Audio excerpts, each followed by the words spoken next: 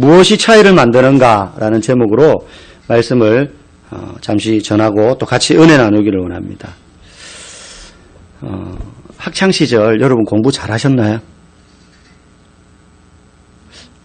제 눈 시선을 회피하고 고개를 숙이는 분들이 저와 같은 마음이라고 생각합니다.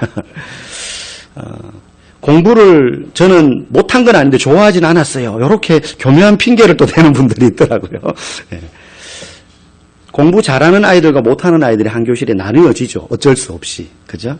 요즘은 또 덜한 것 같은데 옛날에는 석차를 막 냈잖아요. 한 반에 몇 등. 그죠? 등수가 딱 나오니까. 그죠?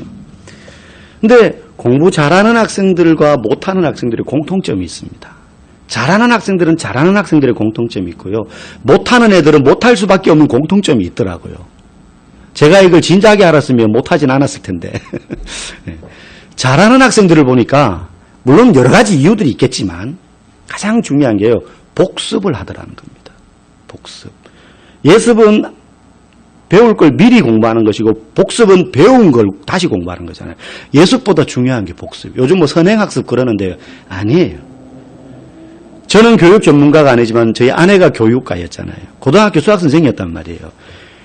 복습이 진짜 중요해요. 선행학습 막 3살, 4살 때 어린이 영어 유치원 막 보내고 이런 부모들 있잖아요.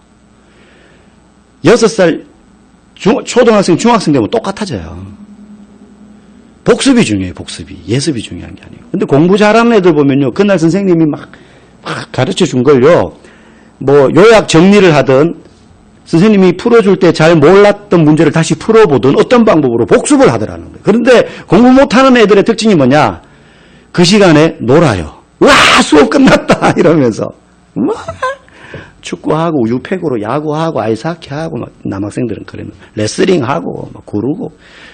공부 못하는 애들은 수업 끝나고 나면 놀아요. 복습을 안 해요. 왜 놀아요? 수업 시간에 선생님이 가르쳐 줄 때 들으면 다 아는 것 같거든요. 쉬워 보여요. 그럼 그렇지 않았습니까? 선생님이 설명하는 거 듣고 있으면 저렇게 하면 이렇게 풀리고 저긴 저렇게 하면 되고 다 알 것 같아요. 그러니까 안다고 생각하고 복습 안 하는 거죠. 근데 공부 잘하는 학생들은요. 선생님이 가르쳐 주는 게 어렵거나 몰라서 복습하는 게 아니에요. 왜 하느냐? 선생님이 설명해 줄 때는 쉬워 보이지만 막상 나 혼자 풀려고 하면 어렵다는 사실을 알기 때문이에요. 내가 이걸 진작 알았으면 그때 열심히 복습했을 텐데. 여러분 그렇잖아요. 선생님이 풀어줄 땐 다 아는 것 같아요. 근데 집에 와가지고 풀라 그러면 하나도 기억이 안 나요. 그래서 복습하는 거예요. 그런 애들 공부를 잘했어요. 예전에 TV에 여러분 기억하실지 모르겠어요. 밥 아저씨가 있었습니다. 밥. 먹는 밥이 아니고 밥. 아시죠? 파마 막 이렇게 해가지고 수염 나가지고 탁 파레토 들고 캔버스에 그림 싹싹 그리는데 엄청 쉬워요. 막. 그죠? 이렇게 싹싹 하면 나무가 되죠? 이렇게 하면 보세요. 호수가 되죠? 참 쉽죠? 이러면서 쓱쓱 한 10분이면 멋진 풍경화가 하나 탁 나오는 거예요. 저같이 그리면 잼뱅이 애가 그걸 보면 너무 신기한 거예요. 뭐 저렇게만 하고 진짜 다 그림 잘 그리겠네. 뭐 용기가 생기는 거예요. 저는 제가 동그라미를 그려놓고도 마음에 안 들어요. 이게 그런데 내가 머릿속에 그리는 동그라미랑 내가 실제 그린 동그라미랑 너무 다른 거예요. 그래서 제가 학창시절에 미술 시간에 오직 한 거라고는 열심히 준비물 챙겨가는 거. 그거밖에 없었어요. 근데 그 아저씨가 하는 거 보면 너무 쉬워 보여요. 저 같은 사람도 잘 그릴 것 같아요. 막 착시하면. 그래가지고 막상 해보잖아요. 안 돼요. 아저씨는 하면서 참 쉽죠. 이러면서 산이 됩니다. 이러면은 보세요. 호수가 되죠. 더 투명하게 보이고 싶으신가요? 그럼 물을 조금 더 섞으세요. 뭐 이런 척 하면 물고기가 사는 것 같죠. 진짜 사는 것 같아요. 내가 하면 썩은 물 같아요. 안 돼요. 나중에 이유를 알았어요. 아, 이 사람은 전문가다. 이미 그림을 수없이 그려왔고 훈련이 된 프로인데 나는 아마추어인 거예요. 그림을 잘 그리는 방법을 몰라서 못 그린 게 아니에요. 문제 푸는 공식을 몰라서 못 푸는 게 아니에요. 이게 훈련이 안 되니까 내게 안 되는 거죠. 무슨 말인지 아시겠죠? 그림 잘 그리는 방법 그 아저씨가 가르쳐 주는 대로 하면 분명히 잘 그려요. 맞아요. 그런데 훈련이 안 되니까 똑같이 부치를 해도 그 사람은 싹 이렇게 하는데 나는 쭉 되는 거예요. 이제 훈련이 안 되니까. 훈련이 안 됐다는 거예요. 그래서 방법만 안다고 해서 사용법만 안다고 해서 되는 게 아니라 훈련을 해서 익혀서 내 걸로 만들어야 되는 거죠. 여러분 공부나 그림만 그런 게 아닙니다. 신앙생활도 마찬가지예요. 신앙생활도요, 이론이나 지식이 아닙니다. 공식이 아닙니다. 성경에 보면 이렇게 하면 복 받습니다. 이렇게 하면 하나님이 기도 응답하십니다라고 나와 있는 구절들이 많아요. 그런데 그게 끝이 아니라는 거예요. 실제 삶에서 그 성경 말씀이 그 정보와 지식이 경험될 때 내게 되고 실제가 되는 거예요. 지식이 실제가 된다는 건 그 지식이 내 것이 된다는 뜻이거든요. 요한일서 4장 16절에 보면 하나님은 사랑이시라 그래요. 하나님은 사랑이시라 이 말이 어려운 게 하나도 없어요. 여기에 무슨 특별한 영적인 비밀이 있다든지 그런 게 아니에요. 교회를 다니지 않는 사람도 한글만 읽을 줄 알면 이게 무슨 뜻인지 다 알 수 있어요. 그 말은 하나님은 사랑이시라 이 말은 누구에게나 공개된 정보요 지식이에요. 이론이에요. 그런데 문제는 이 지식을 자기 것으로 만든 사람과 그렇지 못한 사람 사이에는 엄청난 차이가 있어요.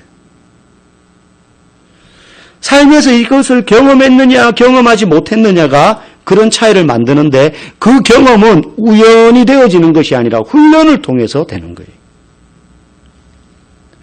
여러분 지식을 삶으로 경험한 사람은 성경 말씀이 지식과 정보에 머물지 않고 나의 것이 되는 거예요. 똑같이 설교를 들어도 달라요. 그래서 경험은 우연히 체험되는 것이 아닙니다. 주어진 성경 말씀, 지식이요, 정보요, 이론이요, 그냥 글자 같은 것이지만 반복적으로 훈련할 때 내 말씀이 됩니다. 이게 신앙이에요. 그래서 신앙의 훈련을 하지 않은 사람은 아무리 교회를 오래 다녀도 주일은 나는 한 번도 안 빠져. 예배 잘 드려. 그래서 집사가 되고 장로가 되고 권사가 되고 직분자가 되었었다 하더라도 아무리 그래도 신앙의 훈련을 하지 않는 사람은 그 성경 말씀이 그리고 하나님이 자신과는 아무런 관계도 없는 채로 그렇게 다닐 수 있어요. 저는 그런 사람 많이 봤습니다. 신명기 28장 2절에서 6절에 보면 하나님이 또 한 가지 공식을 가르쳐줘요. 네가 네 하나님 여호와의 말씀을 청종하면 귀 기울여 잘 들으면 새기면 그 모든 복이 네게 임하며 너에게 이르리니 어떤 복이냐? 성읍에서도 복을 받고 들에서도 복을 받고 앉아도 복을 받고 누워도 복을 받고 떡광주리가 복을 받고 기름병이 복을 받고 네가 들어와도 복을 받고 나가도 복을 받을 것이다. 그렇게 약속을 했어요. 이 말씀이 어려운 게 하나도 없어요. 신학적인 지식 필요 없어요. 그냥 그대로 이해하면 돼. 무슨 뜻이에요? 아, 하나님 말씀을 잘 듣고 그거대로 행하면 복 받는구나. 그런데 이건 지식이고 정보예요. 누구나 알 수 있는 내용이에요. 지금도 방금 들었잖아요. 그런데 이걸 행하지 않고 그런 뜻이구나. 좋은 말씀이구나. 그러고만 있으면 절대 복을 못 받아요. 아무 일도 일어나지 않는다는 거예요. 여러분 신앙생활을 하고 몇십 년을 교회 다니는데 그 사람의 삶에 아무 일도 일어나지 않을 수 있어요. 여러분 얼마나 비극입니까? 불신자와의 차이가 단지 주일날 11시가 되면 나는 집에 안 있고 교회에 있다는 거. 나는 집에 성경책을 갖고 있다는 거. 이거 외에는 다른 게 아무것도 없다면 얼마나 불행한 일인지. 아무 일도 일어나지 않아요. 아무 일도 일어나지 않으면 그나마 다행입니다. 사도행전 19장에 보면 사도 바울이 에베소라는 도시에 가서 복음을 전하는데 설교하고 복음만 전하는 게 아니라 기도를 해주는데요. 병든 사람들의 병이 낫고 귀신 들린 사람들의 귀신이 막 떠나가는 그런 기적이 막 일어나는 거예요. 그러자 에베소가 큰 도시인데 그 도시에서 큰 소동이 일어나요. 여기서 소동이 뭐냐면 이 바울의 소문이 막 퍼져나가가지고 어떤 사람은 와 신기하다 그러면서 막 쫓아다니는 사람이고 어떤 사람은 저놈 자식 저거 사입이 이상한 놈 아니야? 이상한 사상 퍼뜨리는데 그러면서 적대시 하는 사람들이 막 생기고요. 어떤 사람들은 막 바울을 따라하려고 해요. 근데 그 따라하려던 사람들 중에 유대인 제사장인 스게와라는 사람이 있었어요. 사도행전 19장에 보면 나와요. 이 스게와에게는 7명의 아들이 있었어요. 제사장의 아들이니까 이 아들들도 제사장이 될 사람들이에요. 그러니까 얼마나 성경을 잘 알겠습니까? 구약 성경을. 이 스게와의 7 아들들이 자기들도 바울처럼 명성을 얻고 싶은 거예요. 그래서 어느 날 귀신 들린 사람을 만납니다. 귀신 들린 사람에게 이 스게와의 7 아들이 이렇게 말해요. 내가 바울이 전파하는 예수를 의지하여 너희에게 명하노니, 너희에게 명하노니 한 거 보니까 여러 귀신 들린 사람들인가 봐요. 나갈지어다 했는데 어떻게 된 줄 아세요? 아무 일도 안 일어난 게 아니라 그 귀신 들린 사람이 이렇게 말해요. 내가 예수도 알고 바울도 알거니와 너희는 누구냐? 그러면서 이 귀신 들린 사람들이 스게와의 7 아들에게 뛰어 올라가지고 몸을 짓누르면서 옷을 홀딱 다 벗겨버려요. 여러분 귀신 들린 사람 못 만나보셨죠? 저는 고등학교 때 처음 귀신 들린 사람을 봤어요. 그리고 이제 사역하면서도 귀신 들린 중학생 딸애도 봤어요. 제가 중등부에 가르칠 때 중3 앞에서 찬양할 때 월십하고 율동하는 애였어요. 근데 걔가 귀신 들렸어요. 대구에 있을 때인데요. 평소에는 전사님 당연히 사투리 쓰겠죠. 저도 사투리 썼고. 귀신 딱 들리니까 서울말을 써. 표준어를 얼마나 잘 쓰는지. 저한테 막 너 언제부터 얘한테 있었어? 오래됐어. 나가라고. 너 안 나가면은 혼난다고. 그러니까 뭐랬는 줄 아세요? 그 귀신 들린 중3 여학생이 소용없어. 기도하면 뭐해? 얘는 안 믿는데. 나는 여기가 너무 좋아. 나는 얘가 죽을 때까지 여기 있을 거야. 막 그래요. 귀신 들린 사람 억지로 제압하려고 그러면 힘으로 못 이깁니다. 못 이겨요. 이 스게와의 7 아들이요. 귀신 들린 사람들이 올라타가지고 막 억누르는데 아무 일도 안 일어났으면 차라리 괜찮아요. 망신을 당하고 알몸으로 도망을 갑니다. 알몸으로 도망을 가요. 지금 이 7 아들이 예수님을 전혀 모르는 거예요. 바울이 전파하는 예수를 의지하여 신부는 제사장의 아들인데 예수님하고 아무 관계없이 살았어요. 예수님을 몰라요. 예수님이 자기들의 구주가 아닌 거예요. 정작 예수님과 아무런 관계가 없으니까 이런 꼴 당하는 거예요. 험한 꼴 당하는 거예요. 예수님이 나의 예수님, 성경 말씀이 나의 말씀이 되려면 훈련해야 되는 거예요. 훈련해야 됩니다. 제사장의 아들이라고, 장로요 권사라고, 목사라고 아닙니다. 아닙니다. 여러분, 훈련이 왜 중요하냐면 야구 선수들 중에 이제 공 던지는 투수들 있잖아요. 투수들이 공을 던질 때 여러 구종을 던집니다. 커브, 슬라이더, 포크볼, 커터, 싱커, 직구 막 던지는데 우리나라에서 최고 유명한 선수가 유현진 선수잖아요. 야구 모르시는 분도 아마 이름은 들어보셨을 거예요. 우리나라가 좁아서 이제 메이저리그 가가지고 지금 투수를 정말로 잘하고 있는데 이 유현진 선수가 주무기로 던지는 여러 구종들 중에 주무기로 던지는 구종이 체인지업이라는 구종이에요. 체인지업. 이 체인지업이 사실 체인지업은 어려운 게 아니에요. 그냥 투수라면 체인지업을 못 던지는 투수는 아무도 없어요. 그런데 이걸 얼마나 잘 던지는지 야구를 세계에서 제일 잘하는 사람들만 모아놓은 메이저리그에서도 그중에서 투수들을 다 모아놓고 각 투수마다 주무기로 삼는 구종을 점수를 쫙 매겼는데 이 유현진 선수의 체인지업은 메이저리그에서도 최상위 그룹에 들어가는 구종이에요. 거의 치기 어렵다. 거의 치기 어려운 구종인 거예요. 그런데 투수치고 체인지업을 못 던지는 투수 아무도 없어요. 저도 던질 수 있어요. 배우기만 하면. 배우는 것도 간단해요. 인터넷 찾아가지고 체인지업은 어떻게 잡는다. 실밥은 몇 번째 손가락으로 어떻게 잡고 던질 때 어디에 힘을 주고 손목은 어떻게 꺾으면 된다. 이거 배우는데 5분이면 다 배운대요. 그런데 왜 유현진 선수의 체인지업을 못 치느냐, 타자들이. 차이가 딱 하나 있어요. 체인지업은 어떤 공이냐면 직구는 일직선으로 투수가 탁 던지면 이렇게 쭉 나가는 공이죠. 봐도 변화가 없어. 그냥 일자로 쭉 와요. 제일 빠른 공. 근데 체인지업은 어떤 공이냐면 직구처럼 쭉 오는데 치려고 타자 앞에 쭉 와가지고 속도가 확 죽어버려요. 마치 줄로 매달아 놓은 것처럼 땡기는 거죠.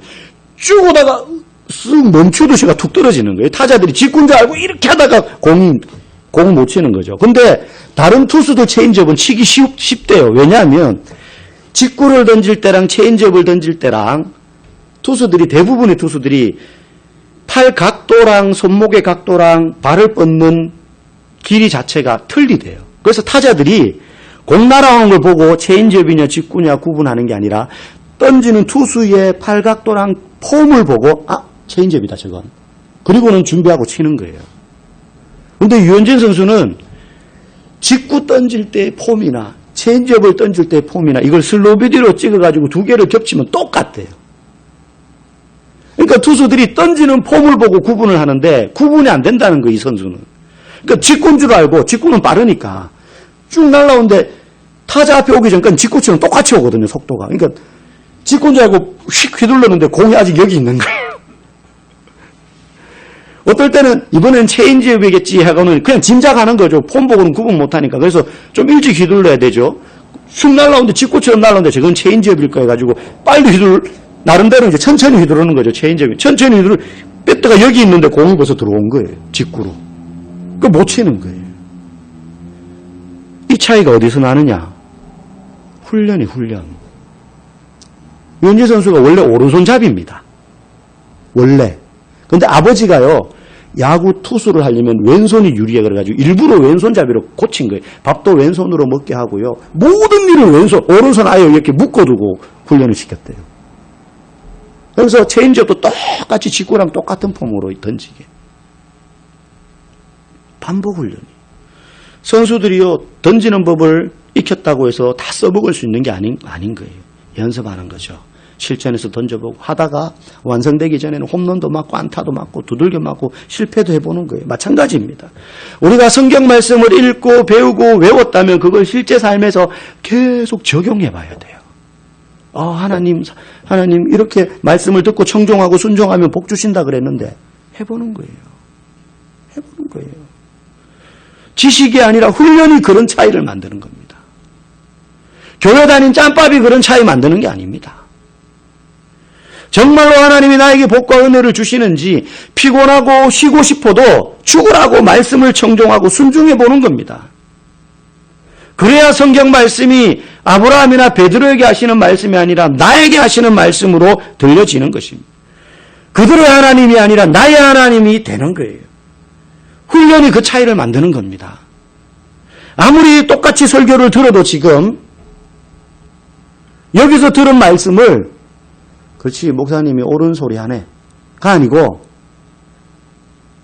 오늘 하는 말씀 중에 단 한 가지라도 내가 살면서 적용해서 산다면 여기 앉아서 똑같이 설교 듣지만 차이를 만드는 거예요. 어떤 사람은 설교 듣거나 말씀을 들으면서 당연한 말씀, 옳은 말씀, 그거 누가 몰라 나도 알고 있어 이런 마음으로 설교를 들어요. 백날 들어도 내 말씀이 아니고 다른 사람에게 하는 말씀으로 들릴 뿐이에요. 하나님은 나의 요새시오 능력이십니다. 시편에서 이야기하는데 머리로는 알지만 정작 삶에서 그런 경험이 없기 때문에 고난이 오면 훈련이 없기 때문에 고난이 오면 요새 대신 하나님께 의지하는 것이 아니라 다른 피난처를 찾습니다. 어떤 성도는 평생 그렇게 해서 신앙생활해요. 평생. 아무 일도 안 일어나죠. 이 훈련이 재밌거나 쉽지는 않습니다. 오늘 본문은요, 우리에게 그렇게 훈련받을 때에 나타나는 것을 연단받는다라고 말해요. 연단받는다. 제가 학부도 신학대학을 다녔고, 이제 대학원도 신학대학원을 다녔고 했는데요. 대학생 때부터 저를 가르쳐 주신 목사님이 대학부 때 PBS라는 걸 했어요. PBS. 퍼스널 바이블 스터디, 개인 성경 공부예요. 하는 게 뭐냐면 오늘 이제 디모데전서 4장이잖아요. 그러면 4장 오늘 본문 7절부터 11절이다. 범위가. 그러면 이거를 그 안에서 주어, 동사, 목적어, 접속사 다 찾아내요. 그리고 이 말을 하는 사람이 누구고 누구에게 하고 있고 이걸 왜 쓰느냐. 그리고 반복되는 단어는 뭐냐. 긍정적으로 반복되는 단어, 부정적으로 반복되는 단어. 그리고 원어로는 이 단어들이 무슨 뜻이고 그 당시에 어떤 용도로 쓰였느냐. 여기에서 파생된 오늘날의 영어 단어나 한글, 우리말은 뭐가 있느냐. 이거를 3시간 동안 개인이 막 찾아요. 책 막 이만큼 옆에 놔두고 막. 그리고 한 3시간 하고 나서 약속된 요일날 각자 다 모여요, 이제. 그래서 그룹 바이블 스터디를 합니다. GBS라 그럽니다. 그래가지고 다 그렇게 한 거를 모여갖고 다 나누는 거예요. 나는 이 본문 말씀 보면 저기서 이런 걸 찾았고 반복되는 단어가 뭐고 몇 회 반복됐고 이 단어는 다른 본문에는 이렇게 표현된다. 그거를 또 한 3시간 나눠가지고 이걸 취합을 해요. 그야말로 그 본문을 한 5절, 6절을 해체하고 다시 조립을 해요. 그거를 매주 해요, 매주. 몇 년 동안. 그러니까 이걸 진짜 하기 싫은 거예요. 재미가 없잖아요, 이게. 뭐 간증 듣는 것도 아니고 얼마나 힘듭니까, 이게. 대충 해가면 모여가지고 GBS 할 때 내가 대충 했고 잘 모르는 게 다 드러나요. 돌아가면서 다 이야기해야 되는데. 그러니까 안 할 수가 없어요. 그러니까 나중에는 저도 그런 적이 있지만 막 아파서 못 갈 것 같은데요. 레포트가 많아서 안 되겠어요. 급한 약속이 생겼어요. 집에 내려가 봐야 돼요. 막 핑계대면서 빠지는 애들이 항상 한두 명씩 있었어요. 항상. 여러분, 성도들 중에도 기도하자, 성경 공부하자 하면 와, 목사님 그거 정말 재밌을 것 같아요. 저 얼른 하고 싶어요. 너무 하고 싶어요. 하는 성도 이때까지 한 명도 못 봤어요. 한 명도 못 봤어요. 그런 성도는 요즘 세상에 정말 희귀한 성도예요. 없는 건 아닌데 그런 성도를 제가 보긴 봤어요. 그런데 정말 희귀해요. 다들 안 되는 핑계를 대요. 바빠서 안 돼요. 피곤해서 안 돼요. 다른 일 때문에 안 돼요. 재밌는 건 절대로 하기 싫어서 못 가요. 이런 말 하는 사람 아무도 없어요. 왜? 부끄러우니까. 그 말은 차마 못 하. 근데 피곤해서 안 돼요. 바빠서 안 돼요. 다른 일 때문에 안 돼요. 하는데 제 귀에는 하기 싫은데요. 이렇게 들려요. 사실은. 하나님은 아시죠? 여러분, 하나님이 찾으시는 희귀한 성도 되시기를 주의 이름으로 축복합니다. 성경 읽고 공부하고 외우고 하는 과정이 비록 힘들었지만 정말 저도 하기 싫었거든요. 신대원 기숙사에 있으면 새벽 예배를 70% 이상 나가야 돼요. 매일. 그걸 못 나가면 그 다음 학기 기숙사에 들어올 수가 없어요. 그런데 그 70%를 딱 맞추기 위해서 내가 빠질 수 있는 날을 계산해 놓는 학생들이 있어요. 그래가지고 그만큼 안 가요. 정말 싫은 거죠. 근데 그거 해야 되는 거예요. 하나님이 하도록 만드시는 거죠. PBS 정말 하기 싫었는데 그거를 몇 년을 하고 나니 가르칠 수 있는 거예요, 이제. 말씀을. 비록 힘들지만 그 훈련의 과정을 통해서 나타나는 신앙의 결과물은요, 똑같이 신앙생활을 하는 것 같지만 성도들 사이에서 엄청난 차이를 만듭니다. 그걸 언제 확인하느냐? 문제가 닥쳤을 때, 고난이 생겼을 때, 진짜 하나님만이 나의 요새요 피난처이심을 훈련으로 경험한 사람은 하나님께로 나아가서 무릎을 꿇어요. 그런데 그게 훈련되지 않은 사람은 그 말씀을 아는데도 생각도 나지 않을 뿐더러 나아갈 용기가 없어요. 왜? 안 해봤으니까. 다른 피난처가 더 좋아 보이거든요. 이리로 가면 망할 것 같은 거예요. 왜? 훈련으로 경험이 안 됐으니까. 그래서 오늘 본문은 이 과정을 연단의 과정이라고 말해요. 우리 4장 7절 한번 읽어봅시다. 시작. 망령되고 허탄한 신화를 버리고 경건에 이르도록 네 자신을 연단하라. 여기 연단 그러면 사실 어려운 말이지만 우리가 무슨 뜻인지는 대충 알아요. 연단 그러면 머릿속에 딱 떠오르는 이미지가 뭡니까? 뭔가 힘든 거예요. 그죠? 막 어렵고 막 아프고 힘들고 고생하고 이런 것도 오르잖아요. 제일 생생한 그 예가 뭐냐면 헬스장에서 PT 받는 거 생각하시면 돼요. PT. 저는 좋은 선생님한테 편안하게 PT를 받았지만 제가 뭐 옆에서 PT 받는 거 보면 제가 이렇게 헬스장 보면 PT 받는 사람들 봤거든요. 저 사람 쓰러질 것 같은데. 너무 불쌍해요. 쌤 토할 것 같아요. 그러면 토하고 오세요. 안 그래요? 안 토해요. 이러면서 막 시켜요. 쌤들이. 거기 가면 막 쪼그려 뛰게 하고 앉았다 일어섰다 시키고 다리 들어라. 다리가 막 끊어질 것 같은데 막 손으로 쳐가면서 막 들게 하고요. 막 걷는데 그냥 이렇게 안 걷고 막 힘들게 걷게 해요. 막. 근데 그거 가만히 보면 학교 다닐 때 선생님한테 기합 받는 거랑 별로 다르지 않은 것 같아요. 보면. 근데 그거 사람들이 자기 돈 내고 가서 잘 가르치는 선생님한테는 줄을 서서 사정해서 제발 가르쳐 달라고. 스케줄 내가 조정하게. 보니까는 새벽 6시 시간밖에 안 비는데 제가 그 시간에 나오겠다고. 가서 그 시간에 PT 받고 출근하고 저녁에 막 퇴근해가 피곤해 죽게 9시, 10시에 퇴근하면서 헬스장으로 가서 퇴근해갖고 PT 받고 막. 사람들이 그런단 말이죠. 여러분 왜 그럽니까? 그게 벌이 아니라 그게 나를 강하게 한다는 걸 알기 때문이에요. 여러분 연단이라는 말의 헬라어가 그나조라는 말입니다. 그 당시에 성경이 쓰여질 때. 근데 이 그나조에서 나온 말이 뭐냐? 독일의 고등학교를 일컫는 말이에요. 김나지움. 근데 이 김나지움 뜻이 뭐냐? 훈련장이 체육관 이런 뜻이. 거기서 나온 영어 단어가 짐네스틱이에요. 그래서 헬스장 요즘 무슨 짐 이렇게 돼 있잖아요. 무슨 짐. 그 짐이 짐네스틱의 앞에 글자예요. 그러니까 원래 독일에서는 학교를요 훈련장이라고 생각한 거예요. 앉아서 지식 배우고 이론 배우고 말 배우는 게 아니고 그리스 로마 시대 때 여러분 그 당시에 이미 있었던 운동 종목이 뭡니까? 복싱이랑 레슬링이잖아요. 여러분 레슬링이 두 가지가 있잖아요. 자유형이 있고 그레코 로만형이 있습니다. 이게 뭐가 다르냐까지는 설명 안 드릴게요. 그레코 로만형이 뭐냐면 그리스 로마형이란 뜻이에요. 그때부터 있었던 거예요. 레슬링 할 때 뭐합니까? 지금은 이렇게 쫄쫄이 추리닝 같은 거 이렇게 입고 하잖아요. 그때는 아무것도 안 입고 했고 그래서 그 경기장에 남자들만 들어올 수 있었어요. 구경하러도. 완전 알몸으로 두 사람이 맨몸으로 부딪히는 거예요. 그럼 어떨까요? 몸이 아프겠죠. 멍든단 말입니다. 어떨 땐 찢어진다고 막 잡으려고 하다 보면 잘못해서 손톱으로 긁을 수도 있고 말이죠. 피도 막 나고요. 깨지고요. 찢어지고요. 멍들고요. 그런데 그게 연단이라는 거예요. 그게 학교라는 거예요. 체육관 훈련장이란 말이에요. 여러분 집에서 책상에서 앉아서 하는 지식 습득이 아니라 삶의 운동장에서 몸으로 실제 적용하며 살아내는 것이 연단인데 신앙의 과정이 그거라는 거예요. 그래서 사도 바울이 자신의 영적인 아들 디모데에게 오늘 편지를 쓴 거거든요. 디모데 전서. 디모데에게 먼저 쓴 편지라는 거예요. 전서.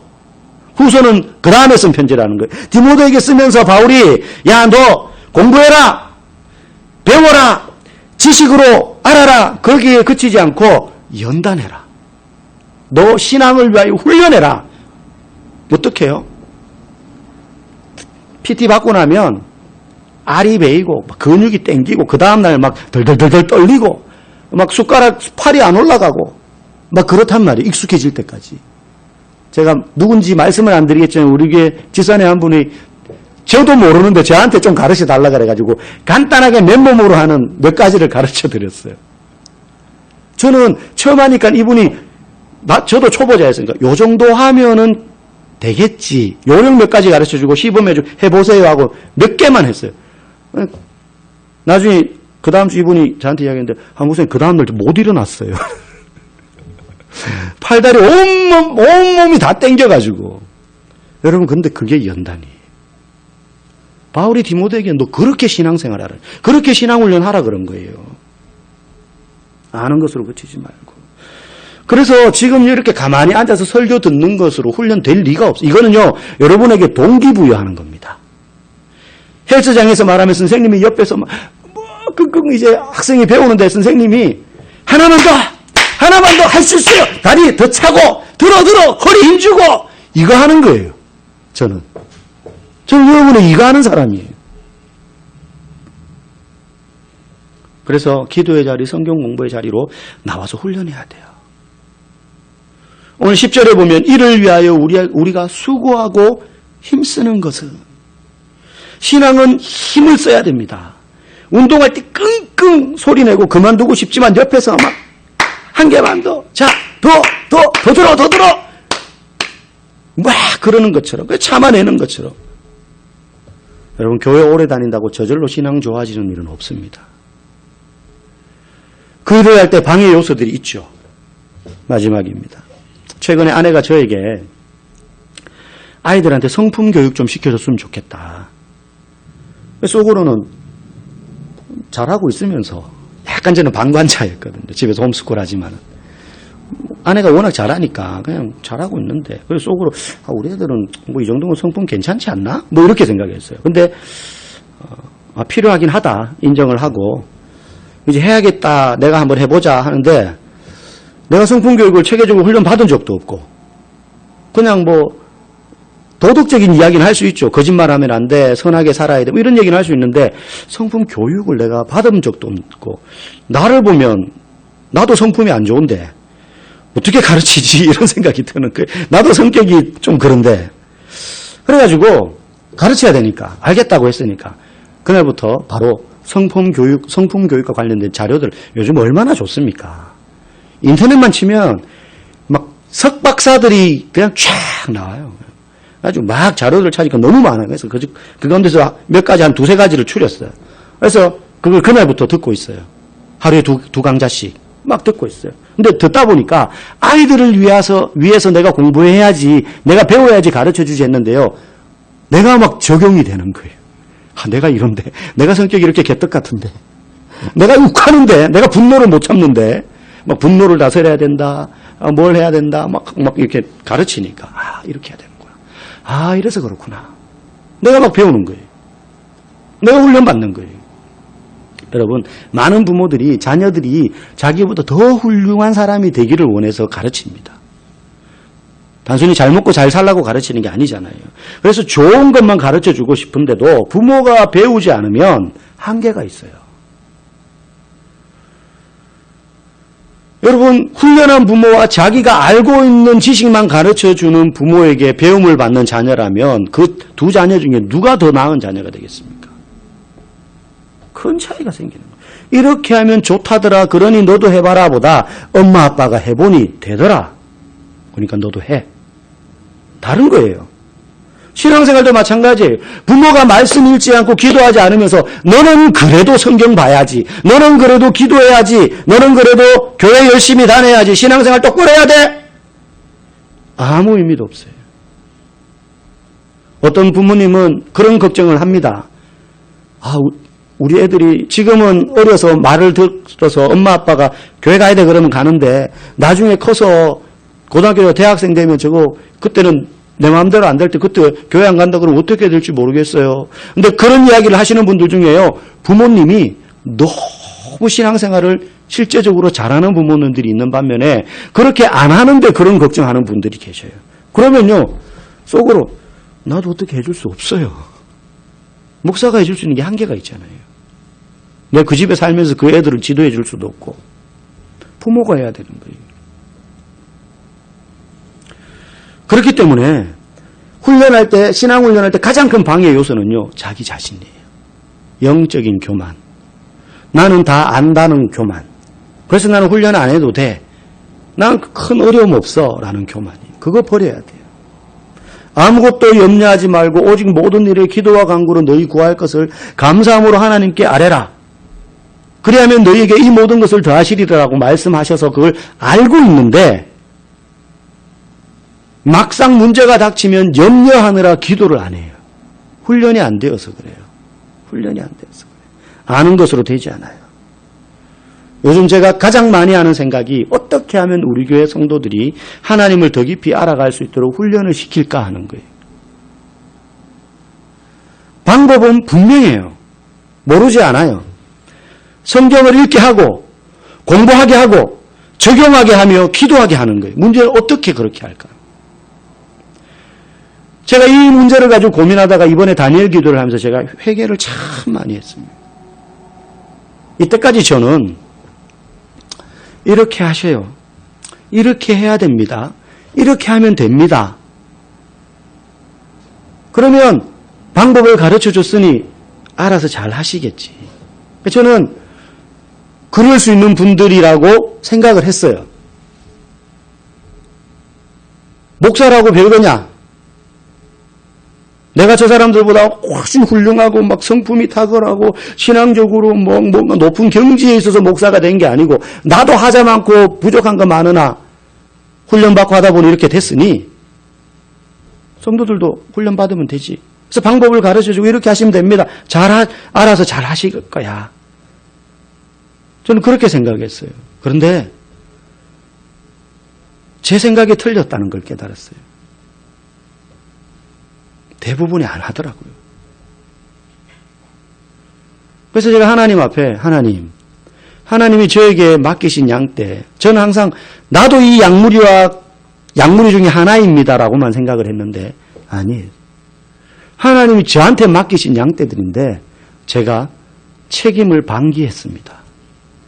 이들을 그냥 방목했습니다. 알아서 잘 먹겠거니 잘 하겠거니 했는데 아니었습니다. 그래서 잘 안 하는 성도들 왜 안 하지? 주님 저는 방법 가르쳐줬는데 저 사람들이 안 해요. 라고 생각했어요. 아니, 제가 잘못한 거예요.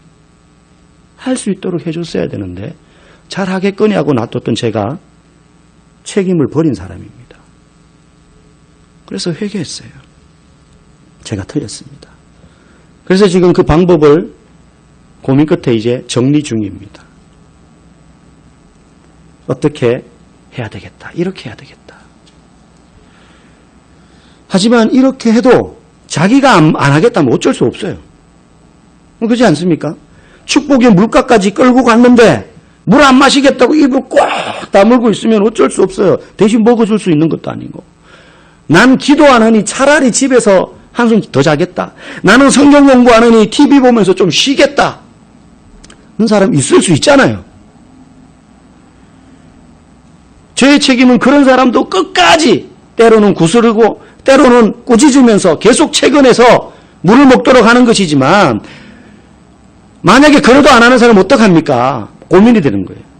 어떡하죠? 막 그러면 서로 마음 상하고 그럴 텐데요. 어떡하죠? 그럼 그냥 내버려둬야 되나요? 그럼 전 책임을 회피하는 거 아닌가요? 근데 하나님 저에게 마태복음 10장 14절 말씀을 생각나게 하셨어요. 예수님이 제자들을 파송하면서 이렇게 말씀하세요. 누구든지 너희 말을 듣지도 않는 집과 성에서는 발의 먼지를 털어버려라. 이게요, 이제는 너는 안 해도 돼 이게 아니에요. 너 책임은 끝났어 이게 아니에요. 저 사람은 그냥 내버려둬 이게 아니고요. 그때부터 하나님이 개입하시는 거예요.